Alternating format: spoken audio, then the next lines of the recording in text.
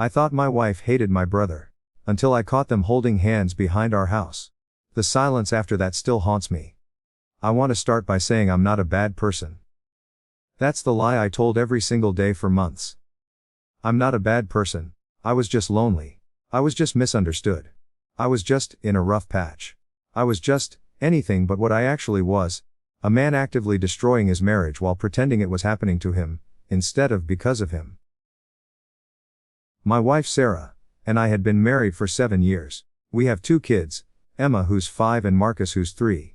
On paper, we had the house in the suburbs, the minivan, the mortgage, the family dog. We looked happy in photos.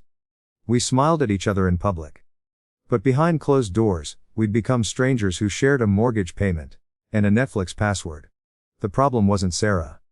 I want to be clear about that now. The problem was that I'd stopped trying. Somewhere between diapers and work stress and the relentless grind of adulting, I'd checked out. Sarah would talk to me about her day, and I'd nod while scrolling my phone.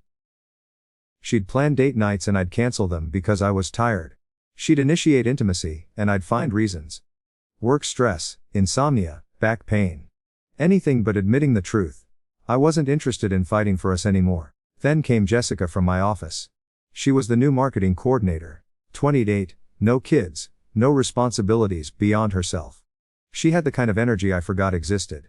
She laughed at my jokes. She texted me memes. She made me feel like I was interesting again. Like I wasn't just a tired dad and a checked out husband. It started so small. A coffee meeting that turned into 2.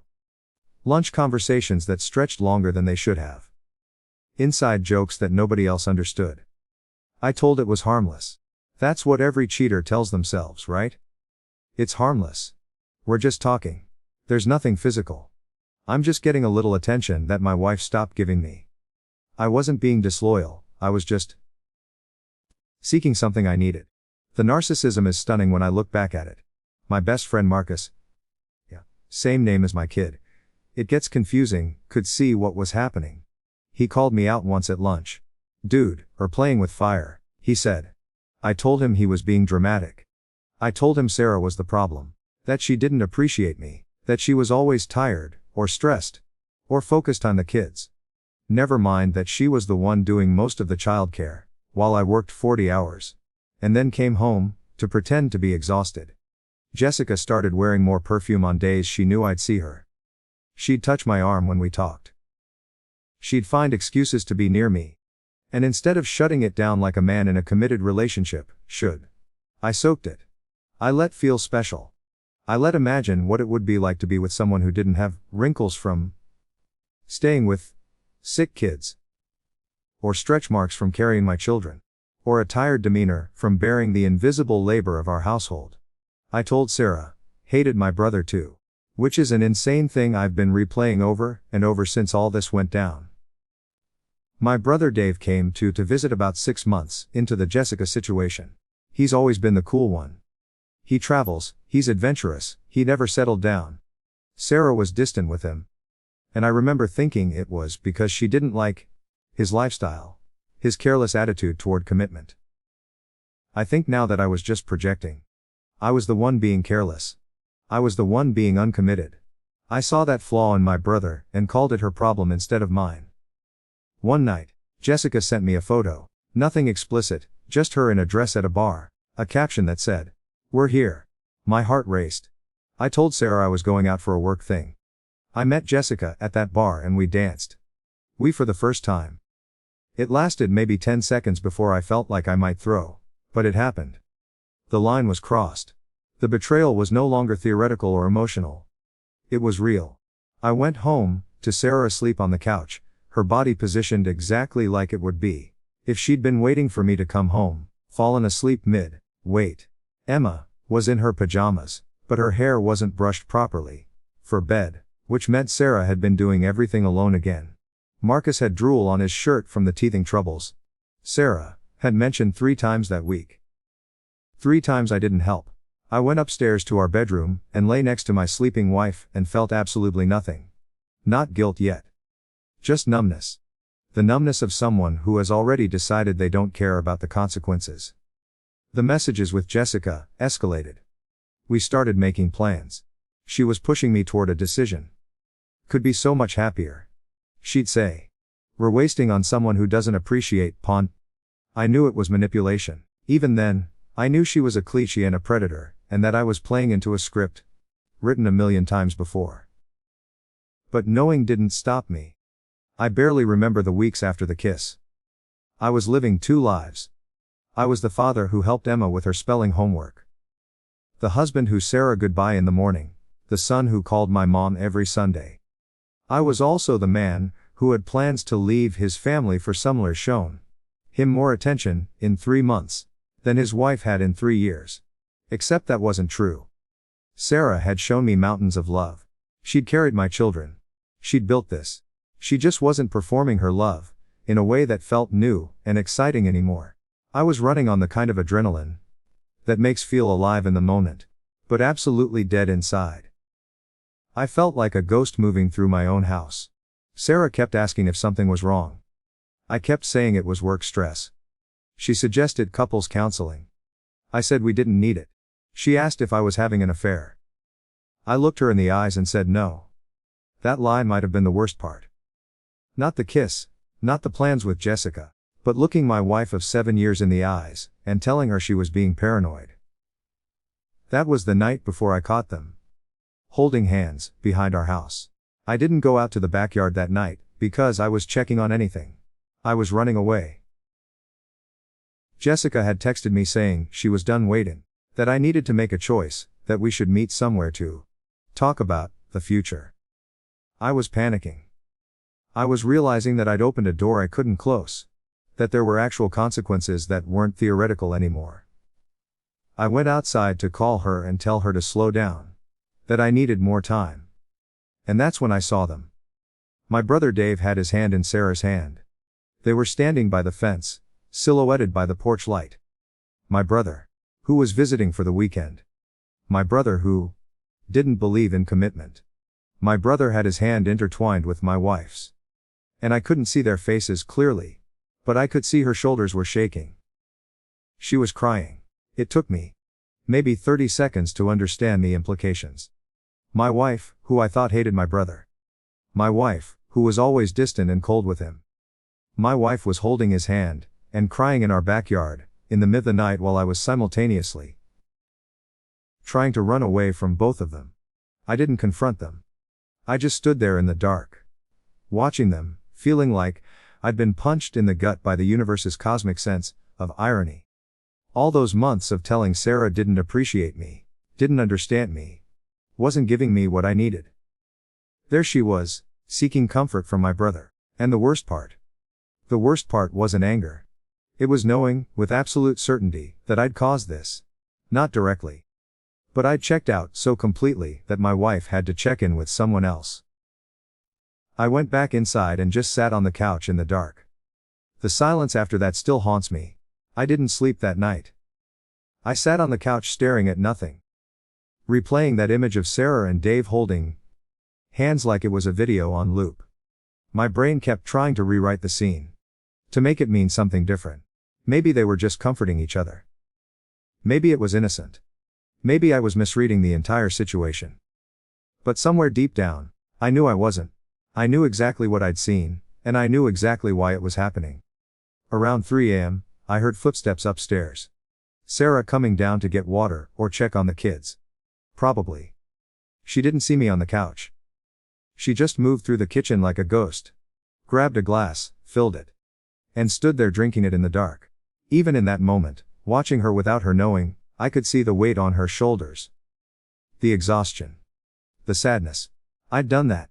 I'd spent months making her feel unwanted and unseen, and now she was seeking connection in the one place I never thought to look. My phone buzzed. It was Jessica. Hey, we still meeting tomorrow? That word. I'd let her call me that. I'd encouraged it. And now it felt like a chain around my neck, pulling me toward a cliff I'd been sprinting toward for months. I didn't respond. I just stared at the phone until the screen went black. Dave left the next morning without saying much to me. That was the thing that really broke something inside me. He didn't look guilty or defiant or anything. He just looked sad. He hugged Sarah goodbye and she was stiff, uncomfortable. They didn't touch after that hug. But I'd already seen what I'd seen. And I couldn't unsee it. Sarah asked me if everything was okay with Dave and me. I said I didn't know what she meant. She said, he seemed distant. That she'd talked to him last night about some stuff. And he'd been a good listener. I asked what kind of stuff. She got quiet and said it was personal. That she'd appreciate if I didn't push. So I pushed. I asked if she was having problems with me. She said we could talk about it after the kids went to bed. That's when I made the decision that changed everything. I texted Jessica and told her I was done. I said I couldn't see her anymore. That I needed to focus on my family. She responded almost immediately with a barrage of texts. Can't just ghost me. After everything I risked for. Or pathetic. Or just gonna run back to her. The last text said, I hope it was worth it. I deleted the entire conversation thread. I felt like I was closing a chapter, making a clean break, giving a chance to fix things.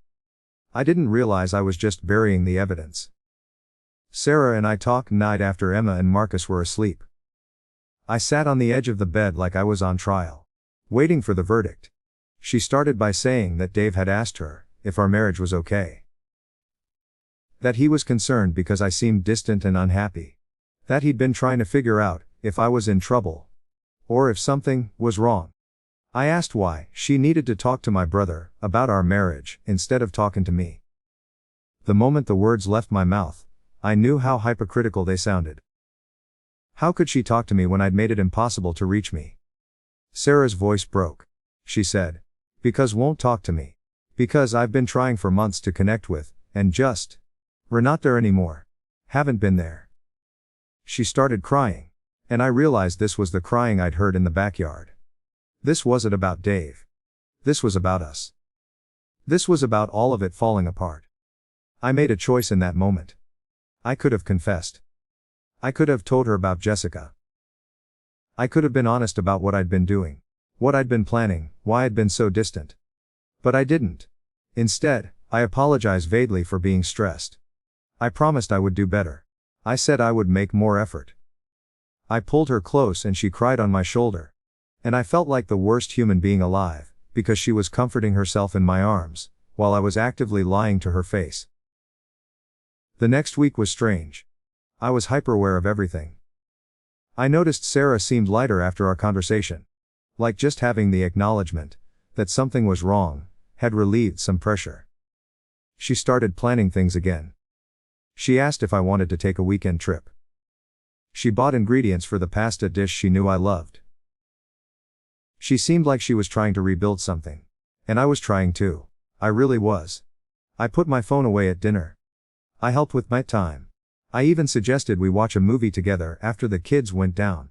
But the whole time, I was sick with anxiety. Because Jessica hadn't let this go. She'd started texting me from different numbers. She'd shown at my office, and caused a scene that my coworkers definitely noticed. She'd somehow gotten my home address. And I had a moment of pure terror thinking she'd show at the house. I finally had to block her number entirely. Her last message said, "We're going to regret this. She's going to find out what did. And when she does, she's going to leave anyway." Might as well have been with someone who actually wanted. Pun. That message wanted me. Because even though Jessica was clearly unstable and manipulative, she had a point. Sarah was going to find out. These things always come out. And when they did, everything would be worse because I'd lied about it. Because I'd let Sarah believe in a reconciliation that was built on a foundation of ongoing deception. I was living in constant dread. Every time Sarah picked the phone, I thought this was it. Every time an unknown number called, I thought Jessica had found a way to contact her. Every time Sarah asked why I seemed anxious, I could feel the lie becoming more solid, more real, more impossible to undo. Then, about 2 weeks after the backyard incident, Sarah got a friend request on Facebook from a woman I'd never seen before. I realized immediately it was her account Jessica had created. The profile picture was blurry, the name was generic, and there was only one interaction. A message to Sarah that said, "Husband has been cheating on. Deserved better." I was in the kitchen when Sarah read that message. I watched her face change. I watched the exact moment the bottom fell out of her world. She didn't cry. She didn't yell. She just looked at me with this expression of complete devastation. The kind of look that doesn't go away, that becomes part of permanent memory of the person. She asked if it was true. I couldn't lie anymore. Not when she was looking at me like that. Not when the evidence was sitting right there on her phone screen. I said yes. I said I was sorry. I said it had been a mistake. I said it was over now. I said all the meaningless words that people say when they've destroyed something irreplaceable. Sarah left the kitchen without saying anything. She went upstairs and locked herself in the bedroom. She didn't come out that night.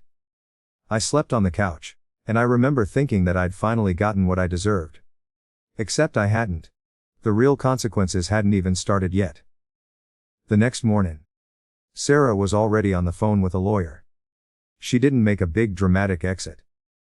She just methodically began the process of ending everything. She called her mother, and told her what happened. She told Dave what had happened, and apologized to him for dragging him into it. She started moving her personal things into boxes. She was efficient about her heartbreak, almost clinical, in how she went about dismantling our together. Emma asked me why Mommy was putting clothes in boxes. I didn't have an answer. That wouldn't destroy her understanding of the world. So I just said Mommy and Daddy were going to live in different houses for a while. She asked if it was her fault. That's the moment something inside me broke permanently. My 5-year-old daughter was blaming herself for her parents' divorce, because I couldn't keep my attention in my own marriage. I told her it was absolutely not her fault. That Mommy and Daddy just needed some space. But the damage was done. She became clingy after that, anxious, asking every day if Mommy still loved her, if Daddy still loved her, if she was being sent away. The guilt of that is something I'm not sure I'll ever recover from. Sarah moved out 2 weeks later. She took the kids 3 days a week, which is what our custody arrangement became. I'd come home to an empty house on the days they weren't there. And the emptiness was suffocating. I'd destroyed my own marriage and destroyed my children's sense of security. And for what? For a few months of feeling special. For someone who'd never loved me. Who'd just wanted the novelty of an affair. Here's the thing nobody tells about affairs. They never end the way imagined. I thought, if I just got caught, I'd feel relief. Like finally, the truth was out and I could move forward. But there was no relief. There was just the slow, relentless realization that I'd made irreversible choices and irreplaceable people. The worst part came about a month after Sarah moved out. Emma had a school event. And both Sarah and I were there. The kids wanted us to sit together. Sarah and I sat next to each other. And Emma held both our hands the entire performance. She was so happy. She thought maybe we were getting back together. And when the performance was over and Sarah went back to sitting separately, Emma's face fell. I watched her understand, in real time, that her family was broken. Marcus was too young to understand what was happening. Which was almost worse. He just knew that his routine had changed. That sometimes he with me, that sometimes with Sarah. That something fundamental about his world was different. I tried to reach out to Dave. I needed to apologize, to explain, to somehow salvage something from the wreckage.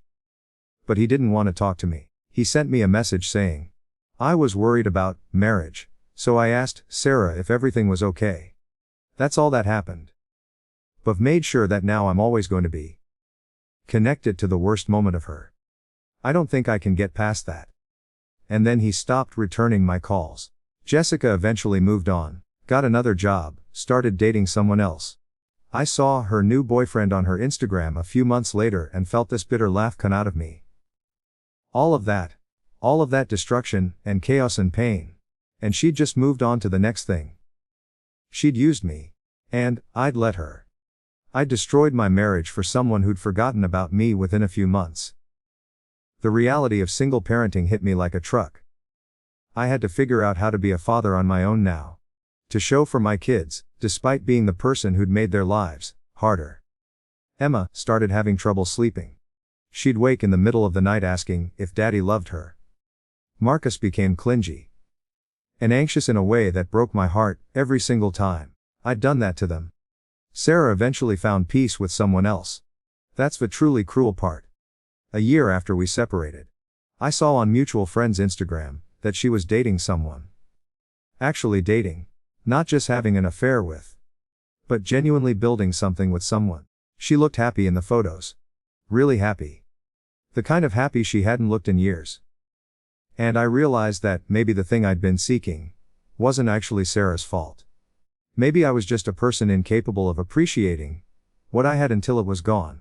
The loneliness is a different animal than I expected. I thought after the divorce, I'd be free. I thought I'd figure things out, date casually, rediscover, or some such. Instead, I was just alone. Profoundly alone. Kind of alone where realized that burned through all the goodwill had. That people know what did and they judge for it. That don't get to run away from this or rebrand. My friends stopped inviting me out. I think they were uncomfortable being around me. Like infidelity was contagious. My parents barely speak to me. My brother won't return my calls. Sarah's family, who I'd been close to for years, acts like I'm. And the worst part is that they're right to. I betrayed every single one of them. The most brutal moment came when Emma, now 6.5, asked me why mommy and daddy and it weren't together anymore.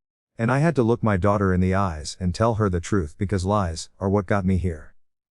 I told her that daddy made a mistake. That daddy mommy. And that mommy decided she didn't want to be married to daddy anymore. I told her it had nothing to do with her. That both mommy and daddy loved her very much, but that sometimes people each other and can't fix it. She asked me if I was sorry. I said yes. She asked me if sorry meant mommy and daddy would get back together. I said no. She cried. I held her and I cried too. And in that moment, I would do anything to go back and just not do any of it. Not let Jessica text me. Not go to that bar. Not cross that line. Not lie to Sarah. Not destroy everything, but can't go back. That's the lesson nobody wants to learn until it's too late. I see Sarah now at custody exchanges, and we're polite to each other. We co-parent. We make it work for the kids. But there's this chasm between us that will never be bridged. She won't even look at me most of the time. And I don't blame her. I wouldn't look at me either.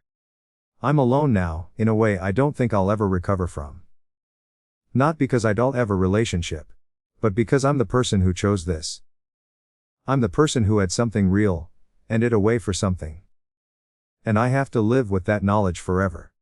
Every time I tuck Emma into bed, and she asks if I promise I'll always be there for her, I feel like I'm lying again. Because I've already proven that my promises don't mean anything. That's the part that will haunt me forever.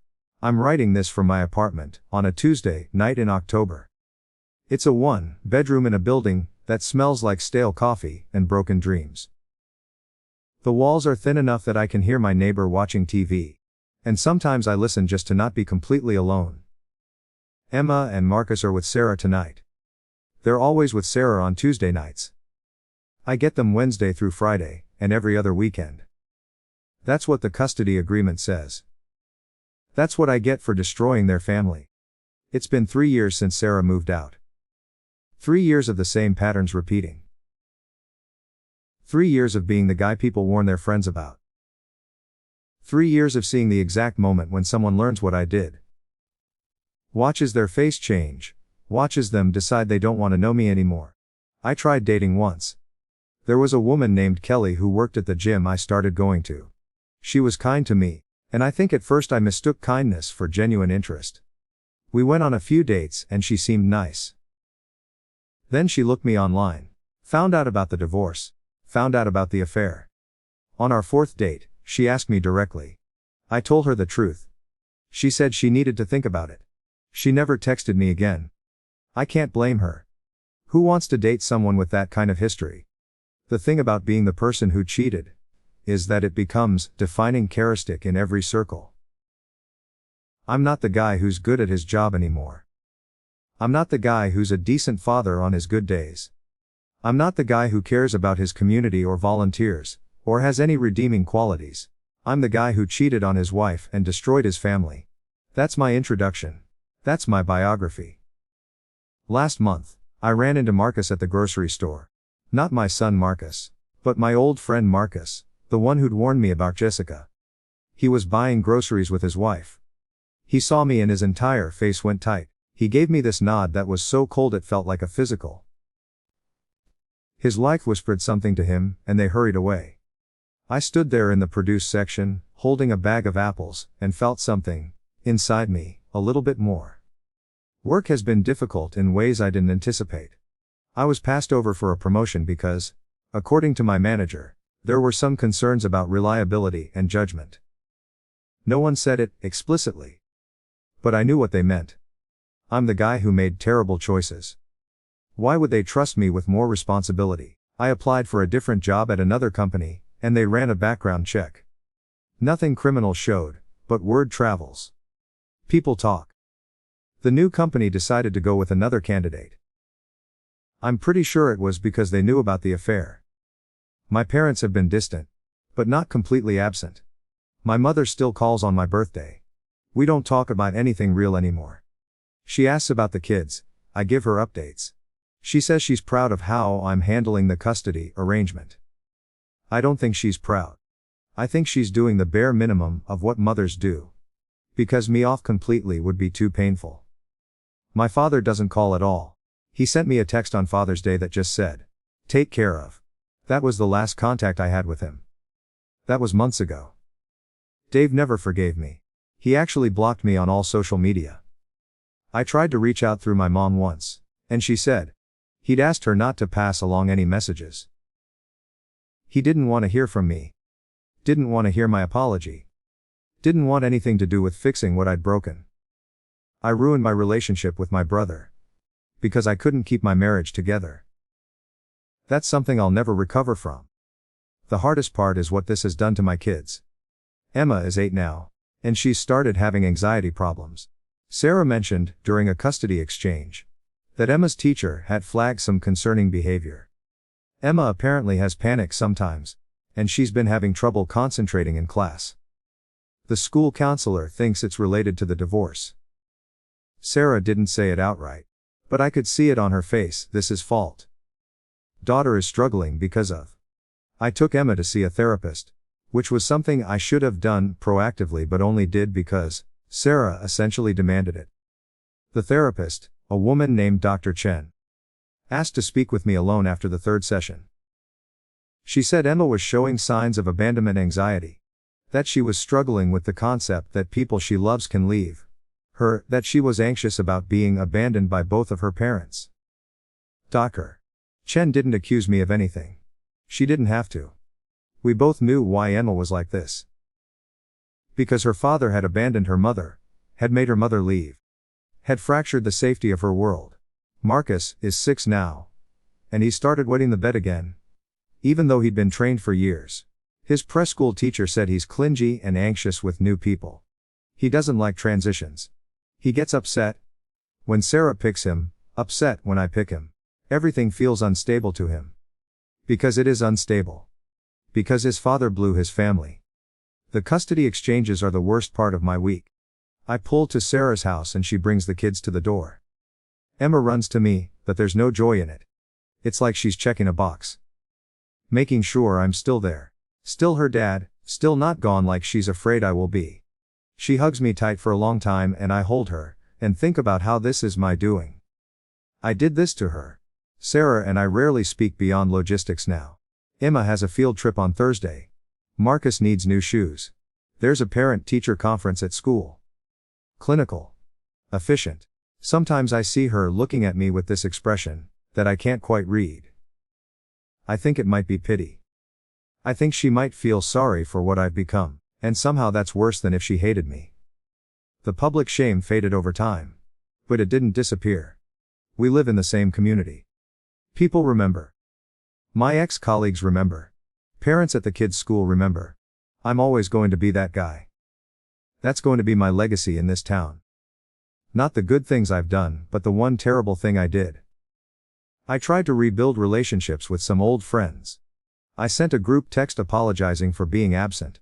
Saying I was going through some stuff and I'd like to reconnect. 3 people responded. One said he was glad I was doing better. One never responded.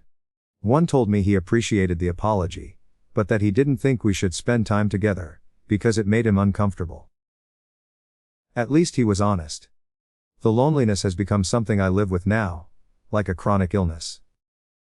I don't even notice it most days. I've gotten used to coming home to an empty apartment. I've gotten used to eating alone. I've gotten used to sleeping alone.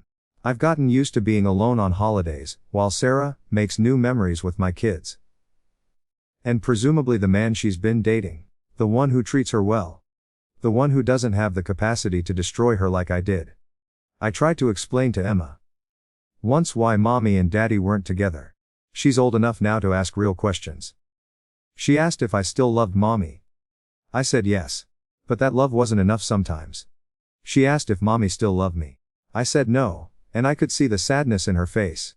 She asked why mommy stopped loving me. I didn't have a good answer. The truth was that mommy never stopped loving the person I pretended to be. But she did stop loving the person I actually am. And I can't blame her for that. The therapist I started seeing last year asked me what I was looking for. Was I trying to fix things? Was I trying to be forgiven? Was I just trying to make feel better? I didn't have an answer. I think I'm just trying to understand how I got here. How I went from a man with a wife and 2 kids, and that looked good on paper, to a living alone, in a 1-bedroom apartment. Film has to see out of obligation. Dr. Chen, Emma's therapist, actually made a comment once during our session that stayed with me. She said, Emma loves her father very much. But she's also learning from him that people can just leave when things get hard. That's a really difficult lesson for an 8-year-old to learn from the person she trusts most. I didn't argue with her. I didn't defend. I just sat there and let the weight of that statement crush me a little bit more. The thing nobody tells about infidelity is that the consequences aren't just the affair. The consequences are the lies that build on top of it. The consequences are the trust destroy in every future relationship, because have shown what are capable of. The consequences are watching children struggle, because their foundation is broken. The consequences are becoming a person don't recognize when look in the mirror. I had a moment last week where I ran into Sarah at the grocery store. We weren't expecting to see each other. She was there with her boyfriend. Actually, I'd never seen him in person before, only in the photos mutual friends posted. He had his hand on the small of her back. He was helping her reach something from a high shelf. He was doing all the small things I used to do. Or rather, I used to not do. I stood there watching them, and I felt this wave of regret so intense I had to go to the bathroom and splash water on my face. Not because I wanted Sarah back. That ship has sailed. But because I could see what she'd been looking for the whole time. Someone who would show. Someone who would make her feel seen. Someone who would choose her every single day. And I had that. And I had a way. Sarah saw me as I was leaving. She did a small wave. The kind of wave due for a coworker or not close to. She didn't introduce me to her boyfriend. He didn't know who I was, probably. He just knew I was some guy her ex-husband passed in the eye. It's all I am now. Some guy. Not important enough to introduce. Not important enough to remember. I've been sober for 14 months. Not because drinking was making the loneliness worse. I'd come home and have and then another one, and then I'd be sitting in the dark wondering what I'd done with my. So I stopped. It didn't make me feel better, but at least now I'm alone in a clear-headed way. The kids asked me recently if I had a girlfriend. Emma asked first. I said no. She asked why not. I said because I was focusing on being a good dad. She said, Mommy's boyfriend is nice. Just like that. Just a casual statement about how her mother had found someone new, someone who was nice to her, someone who wasn't me. I asked if he was nice to her. She said yes. I said I was glad. And I meant it, even though I've accepted that there's no redemption arc here. There's no moment where I finally get it together, and everyone realizes I'm actually a good person who just made a mistake. That's not how this works. I made choices. Those choices had consequences. Those consequences are permanent. Emma will always have abandonment anxiety. Because her father fractured her sense of safety. Marcus will always carry the trauma of his family breaking apart. Sarah will always have this scar. Dave will always remember that his brother, his friend. My parents will always look at me with a little bit of disappointment. The cruelest part is that I did this too. I chose to let Jessica text me. I chose to meet her. I chose to kiss her. I chose to lie to Sarah. I chose all of it. And now I'm living in the consequences of my own choices. Which is exactly what I deserve. I was at the park with Marcus last weekend. He was playing on the playground, and this little girl came to him. She asked if he wanted to play. He said yes. They played tag for like 20 minutes, just running around and laughing. And I watched my son be happy. Genuinely happy. And I thought about how much simpler his would be if I hadn't done what I did. He'd have his parents living in the same house. He wouldn't have to split his time. He wouldn't have to feel like he was being pulled in two directions. But he's also learning something from this. He's learning that is messy. That people each other. That families don't always work out the way hope they will. That's not a lesson I wanted to teach him. But it's one he's getting anyway. I think about Jessica sometimes and I don't feel anything anymore. Not anger, not regret about her specifically.